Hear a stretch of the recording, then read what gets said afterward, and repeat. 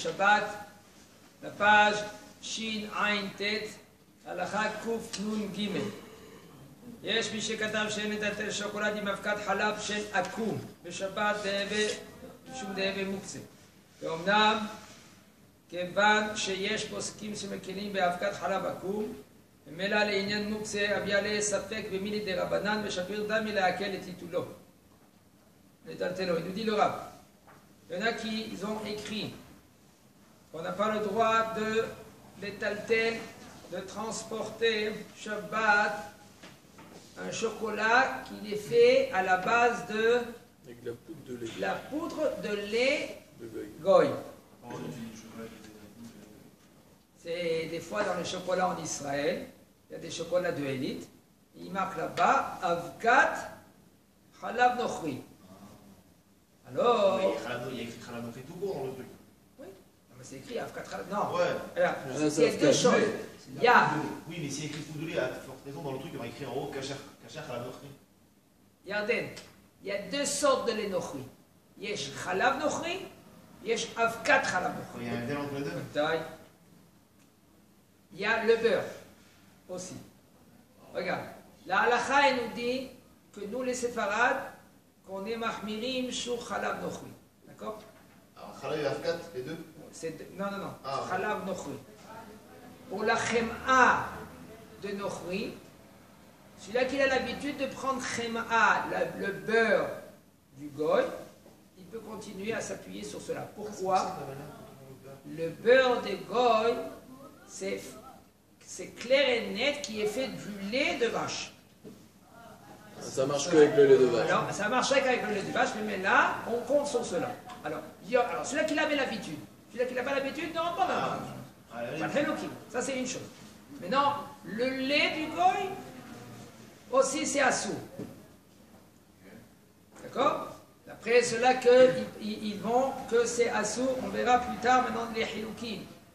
Dans Peidal et Siman Peidalet, on va voir qu'est-ce que toutes les conditions qu'il faut, de quoi il s'agit, c'est mahmir, c'est même mahmir, vechoulé, c'est la halakha, la halemaase, tout ça c'est un binyan.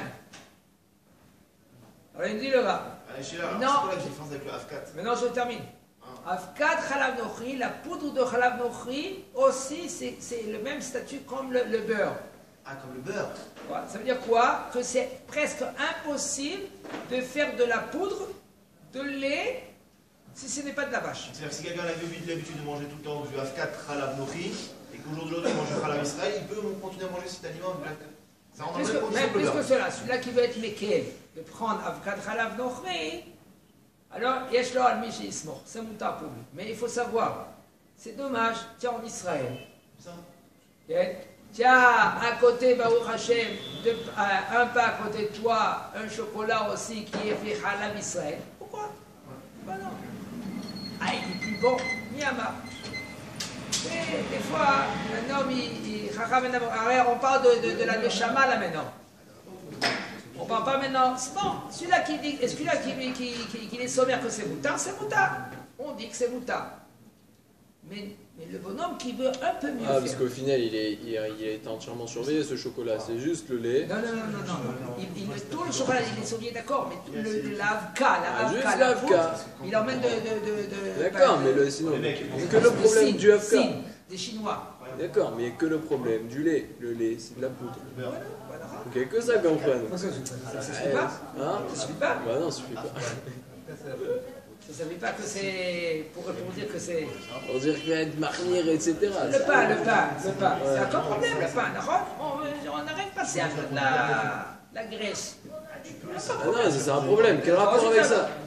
Si toi tu penses, écoute, si tu penses que Avkat Halav Nochri, c'est pas cachère, alors c'est pas cachère. Pourquoi c'est pas cachère? Pourquoi c'est pas cachère? Parce que c'est pas 100% Halav Shamour. Et alors? On est sommaire sur cela. On est sommaire. On peut s'appuyer, on peut dire que c'est moutard de le manger. Il y en a des poskim qui disent que c'est quel rapport avec la graisse? Ben non, la graisse, je sais que c'est pas cachère. Alors, d'après ceux-là qui te disent que c'est pas cachère, c'est pas cachère. Mabaya. Pas de palter. Qu'est-ce que c'est pas de palter? Du pain qui est fait des goyes. On parle des boulangers. Un boulanger, pas celui à la maison, un boulanger. C'est moutard ou assour? C'est assour. Quel ou chachamim? Si maintenant le bonhomme, lui, il n'a pas le choix, il peut prendre maintenant du pain, comme ça. Ça ne veut pas dire maintenant, allez, c'est bon, c'est moutar imnahem, shirou imnahem, mehoul imnahem, c'est pas ça. Donc si un jour, là, si Dieu, je prends la décision de manger du Chalav Israël, je peux continuer à manger mon beurre, et je peux continuer à manger des aliments qui sont Afkat, Chalav Nochi, techniquement. Techniquement. Maintenant, tu veux mieux faire. Ouais, d'accord, hein, je parle du techniquement. On parle maintenant halakha. C'est-à-dire qu'on peut dire Halakha. que dans ce cas-là, je mange du Chalav Israël. Oui, oui. Mais, autre part, il nous dit le Rav, regardez, on va lire maintenant. Il y en a qui disent que même Avkat Chalav Nochi, on n'est pas sommaire sur cela. Ah non, mais on va plus loin. Eh ben, il y a des marloquettes en tout, tu sais. Quand il y a deux juifs, qu'est-ce qui se passe? Il y a deux déotes. C'est comme un homme et la femme, toujours une marque. Non, il n'y a pas de marloquette. Il faut penser à ne pas avoir la marloquette. Celui-là qu'il a gagné dans sa vie, il ne fait pas de marloquette. La Gemara Claire, elle dit, Claire, dans Perek Asara Yohassin, tu veux voir ça comme ça dans la Halakha Maaseh. Perek Bet. Comment on dit ça? Excuse-moi. On dit Yeshomrim, c'est pas marloquette. Ouais. On dit tout. Ah bah on y va d'après les Yeshma. Mais nous, la halakha, elle dit. C'est pour ça que Moshe Hazan il dit tous les Am Israël, c'est des tzadikim gdolim. D'accord. Tous. Moshe, Yesh veyesh, halakha que Yesh batra. Maran, il a été posek. Ah bon. Maran, il était posek. Kashrut. Alors, Ken. La halakha, elle nous dit que Avkat Chalav Akoum, Beshabbat, elle est atteinte parce que ça s'appelle Moukhtse. Parce que c'est Issou pour eux. ואומנם כיוון שיש פוסקים שמקלים באבקת חלב עקום, puisqu'il y en a des poskim qui sont מקלים, tu vois maintenant ירדן, מקלים באבקת חלב נוכרי. ומילא לעניין מוקצה ויעלה ספק במיני דאורייתא, puisque ça s'appelle au niveau de מוקצה, ça s'appelle ספק dans מיני דאורייתא, des paroles de Rabbanan, excusez-moi, pas dאורייתא, de Rabbanan, ça veut dire que puisqu'il y en a des poskim qui disent que le Avkat Chalav Nochi c'est Moutar, il y en a des poskim qui disent que le Chalav Nochi c'est Assour. Ah, il n'a pas dit chez Mathieri, il a dit chez Mekilim. C'est ça que je veux te dire depuis tout à l'heure. C'est deux mondes. Entre Mekelim et Metiri. C'est-à-dire que même ceux qui permettent, c'est pas eux qui permettent, c'est Mekilim. C'est cool là. C'est ça que je vous ai dit tout à l'heure. Donc regardez. Il a dit une bonne éhara et. Yonatan, il dit, regarde, Yesh Mekelim. Vas-y, Mekelim. Qu'est-ce que ça veut dire Mekelim? Ils sont cool. Mais ça ne veut pas dire que c'est moutard. C'est cool. Ah si, c'est cool, c'est moutard. D'après eux, c'est moutard. Ouais, alors maintenant, d'après eux qui sont Mekelim Banossé, avec Chachamim, ils n'ont pas fait de différence. Quand on se rattache à ces Chachamim dans ce cas-là. Chachamim, ils n'ont pas fait de différence. Quand ils ont dit que c'est Assour, Chalav Nochi, c'est Assour, Chalav Nochi. Maintenant, dans tout cas de Chalav Nochi, c'est Assour. Dans tout cas. Maintenant, on émet quel si c'est le beurre. On émet quel si c'est de la avka, la poudre. C'est vraiment assour le Chalav Nochi. Hein? C'est vraiment assour aujourd'hui le Chalav Nochi. Là, là-bas, non. Non, c'est la question, c'est déjà. Parce que quand on voit qu'aujourd'hui on dit voilà le beurre c'est sûr que c'est ça, l'avka c'est sûr que c'est ça. Les Chachamim, Si ils sont. tu fais ça, c'est sûr que c'est ça. Parce que j'entends par exemple qu'il y a une usine qui fait du Nochi du Israël. En Israël par exemple, et automatiquement ces produits qu'elle fait, c'est tout le temps du Chalav Israël. Donc même si c'est écrit Chalav Nochi, c'est quand même Chalav Israël. Donc on entend des choses à droite à gauche. Oui, c'est pas forcément quelque chose qui est vraiment à soi. Il ne faut pas entendre à droite et à gauche. Ça s'appelle halakha, je ne sais pas d'où il sort cette halakha. Halakha montage. C'est grave. Halakha montage, exactement. C'est grave, c'est très Ouais, grave. c'est pas qu'ils cherchent à écouter, c'est que ça vient. C'est rien. Par exemple, j'ai entendu qu'on dit. J'entends des discussions à droite à Par gauche. exemple, j'ai entendu qu'une usine en Israël, comme il dit, pareil, il est que Touba par exemple, en Jérusalem, ou Haïfa, ou je ne sais pas, sachant que tout ce qu'elle fabrique, c'est que du Chalav Israël. Mais en parallèle, elle fait du Chalav Nochi. Ce qui est Chalav Nochi, c'est Chalav Israël. C'est faux. C'est faux. Aujourd'hui, Tnouva, qui c'est le propriétaire de Tnouva? C'est les Chinois. C'est les Chinois. C'est la folie. Ah, non. Tnouva, c'est pas israélien, c'est chinois. Même que c'est. C'est récent. Ah, c'est récent. Ça fait 2 ans. Maintenant, écoute bien. Les bio de Tnouva. Les bio. Ah, bio. Les bio. Les bio de Tnouva. Bio. La poudre, elle vient de Chine. Non. Oui. Elle vient de Chine. La poudre de bio, elle vient de Chine. Ils emmènent en Israël dans Tnouva et il met le lait qui Non, ça ne pas être bio. Alors maintenant, si maintenant c'est ton bon kasher les madrines, alors tu es sûr que ça s'appelle Chalav Israël. Si c'est pas tampon, eh ben, qu'est-ce que c'est du yaourt? Ah bah, c'est du bio encore, c'est pas stable. Ils sont capables de sortir une poudre. Ils sont capables de sortir une poudre qui réalise synthétique. D'après la Rabanout, c'est moutard. Pourquoi? C'est pas tel. Yesh betis, bitoulim, כל הדברים האלה, d'après la Rabanout. ירדן, תשמע את ההלכה עד הסוף. ככה לא יהיה לך שאלות. Alors regarde, d'après le bio, si c'est pas écrit kasher les méhadrin, c'est pas forcément que c'est du lait Israël. Moi j'aurais été surpris. Eh ben non, pourquoi? Parce qu'ils emmènent cette poudre-là De Chine. de Chine. On ne parle pas de poudre Chalav Nochri, on parle de tous les ingrédients qu'il y a avant de mettre de continuer la fabrication en Israël. C'est très dur le travail Israël. Alors maintenant, on parle celui-là qui il pense que Avkat Chalav Nochri c'est Mouktsé.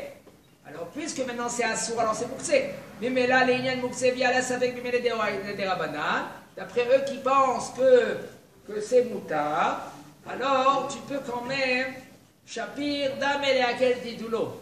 Ton ami maintenant, il te demande, donc passe pas ce chocolat. Tu sais que ce chocolat là, il est fait avec Avkat Nochri. Toi, tu peux être Mekel, ça fait des Rabanan, les coups là, tu peux transporter au bifra des Hazel que tu peux donner maintenant à ton enfant. Be'af she'anu tovsim lechatchila lachmi be'avkat chalav shelakum. Ils te disent, ah, tu peux donner à ton enfant. Si l'enfant lui crie, il veut ce chocolat-là d'Avka. Si tu peux lui donner un autre chocolat, c'est mieux que tu lui donnes un autre chocolat. Mais si maintenant lui il dit, papa, je voudrais que celui-là, sinon papa, je te fais la fête. Alors tu lui donnes ce chocolat, et mal à sorte, on est sombrim, que pour les Ktanim, on peut lui donner Avkat Chalav Nochri. Pourquoi? Parce que nous les séfarades, on va selon la DA qui sont mahmirim, même dans Avkat Chalav Nochri. On est mahmirim, les khatrila a priori. מכל מקום, לעניין מוקצה נראה לעיקר הדין, יש להקל בזה. pour מוקצה, selon la halakha, on peut être mekel. Ça veut dire, au niveau de manger le avkat chalav nochri, on est machmirim lechatchila, mais pour transporter ce chocolat-là, quand c'est avkat chalav nochri, on est mekelim. Mais quand c'est Chalav Nochri, non, on n'est pas météo. Non. ביצה שנולדה בשבת שאסורה באכילה בו ביום. Vous savez qu'est-ce que je vous dis là maintenant? Je vais vous dire quelque chose de bien comprendre. Avant que quelqu'un que lui, qu'est-ce qu'il pense de lui-même, selon la halakha qu'on lit, il faut bien passer pendant toutes les références, depuis le commencement. Comment Chachamim, pourquoi ils ont interdit par exemple Chalav Nochri? Et pourquoi il y en a qui permettent Avkat Chalav Nochri? Tout cela, après que tu as fait bien la Gemara, bien le Bet Yosef, et après, on pourra bien jongler la halakha, après on pourra parler. Mais tant qu'on n'a pas bien nagé dans le bain de la halakha, on ne peut pas dire notre avis. C'est ça le danger. ביצה שנולדה בשבת שאסורה באכילה בו ביום, וכן חלב שנחלב בשבת אסור לתת לו כדין מוקצה מחמת גופו. ואסור לגעת בביצה שמתוך שהיא עגולה כל נגיעה בה גורמת לטלטול. כן? Alors maintenant, un œuf qu'elle était né pendu Shabbat. Ça s'appelle Moukse Mehamad Goufo. Pourquoi? C'est Nolad, sous-Nolad. Maintenant, il nous dit le Rav, on ne peut pas le manger de Shabbat lui-même. Par exemple, il veut le manger cru, il veut le gommer cru. C'est assou. Et aussi le lait qui a été trait Shabbat même par un goy. Pour l'instant, le Rav ne te dit pas avec un goy, par un goy.